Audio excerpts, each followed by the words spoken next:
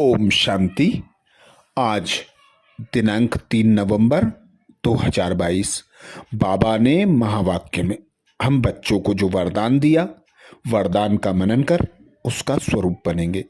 बाबा वरदान में बोले, दाता बन, अखुट खजानों का दान करने वाले, महादानी सो विश्व सेवाधारी भाव। आज विश्व की सेवा करने वाला पिता परमात्मा हम आत्माओं को विश्व सेवाधारी भाव का वरदान देते। वरदान में बाबा कहते, दाता बन, अखुट खजानों का दान करने वाले, महादानी सो विश्व सेवाधारी भाव। डिटेल में बाबा समझाते, सदा याद रखो कि बाप द्वारा जो भी अखुट खजाने मिले हैं वह देने ही हैं। खजानों को कार्य में लगाओ, चाहे मनसा चाहे वाचा, चाहे संबंध संपर्क में सफल करते चलो। दाता के बच्चे एक दिन भी देने बिना रह नहीं सकते। अर्थात हमारा पिता परमात्मा महादानी वरदानी दाता रहम दिल। तो ऐसे बाप की हम संतानें मास्टर दाता बनकर हम बच्चों को भी वही धंधा करना है जो हमारा पिता करता है। जो बाप का धंधा वही हमारा धंधा। यही स्मृति रख सदा, दातापन की सीट पर सेट होकर। बाबा कहते, दान देते चलो। अखुट खजाने हैं। बाबा से संगम युग पर हम बच्चों को जो खजाने प्राप्त होते, वे खजाने बाबा कहते अविनाशी अखुट खजाने हैं। जितना बांटोगे उतना बढ़ेंगे और जितना सर्व आत्माओं को दोगे उतना ही तुम्हें रिटर्न में प्राप्ति होगी। तो सदा यह स्मृति रखना है कि मैं दाता पिता परमात्मा की संतान मास्टर दाता हूं, मास्टर विश्व सेवाधारी हूं, मास्टर विश्व कल्याणकारी हूं। तो जो मेरे पिता सर्व आत्माओं को दान देते हैं, ज्ञान गुण तथा शक्तियों से सजाते हैं, यही धंधा मुझे करना है। मुझे भी सर्व आत्माओं को दान देना है, चाहे ग्लानि करने वाली हो, चाहे अपकारी हो, चाहे कैसी भी परवश आत्मा हो, सर्व आत्माओं को कुछ ना कुछ देते जाना है। बाबा कहते हैं, अंत समय में हर आत्मा आएगी भिखारी बनकर। सब आत्माओं को कुछ ना कुछ देना होगा, जिसका अभ्यास अभी से करना है, जिसके लिए हमारे खजानों के भंडारों को अभी भरपूर करना है। तो बाबा कहते, एक सेकंड भी व्यर्थ नहीं गवाओ, एक दिन भी व्यर्थ न जाए। देते जाओ, सेवा करते जाओ। जितना सर्व आत्माओं के प्रति समान दृष्टि वृत्ति रखेंगे, शुभ भावना शुभ कामना रखेंगे, कुछ ना कुछ दान देंगे, उतना बाबा कहते भरपूर बनते जाएंगे। तो भरपूर जो होगा वही दाता बनकर दान देगा। तो ऐसे दाता बनकर सर्व आत्माओं को मनसा वाचा कर्मणा कुछ ना कुछ देना, अर्थात बाबा से जो हमें प्राप्ति होती है उन्हें धारण कर उसका स्वरूप बनकर अपने स्वरूप द्वारा सेवा करना। बाबा कहते, कभी वाणी की सेवा करने का समय ना मिले तो मनसा सेवा करो, और मनसा सेवा भी ना कर सको तो जो बाबा के खजानों को धारण किया है अपने स्वरूप द्वारा संकल्प बोल कर्म चाल चलन रहन सहन द्वारा सेवा करो। तो जितना सेवा करेंगे उतना विश्व कल्याणकारी स्वतः और सहज बनते जाएंगे। आगे बाबा कहते, विश्व सेवाधारी को हर दिन सेवा करनी ही है। अगर वाचा का चांस नहीं मिलता तो मनसा करो। मनसा नहीं कर सकते तो अपने कर्म व प्रैक्टिकल लाइफ द्वारा करो।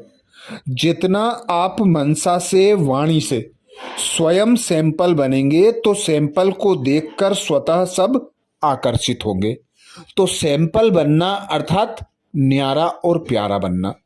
तो जितना आत्म अभिमानी होकर रहेंगे खुद को आत्मा अनुभव करेंगे उतना पिता परमात्मा का साथ मिलेगा। पिता परमात्मा से सर्व प्राप्तियां होंगी।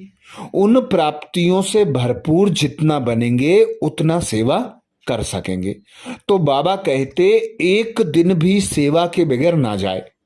मनसा वाचा कर्मणा, चाल चलन रहन सहन खान पान सभी के द्वारा सेवा कर सकते हो। तो जितनी सेवा कर सको करो, क्योंकि तुम ही सेवा के निमित्त बने हो।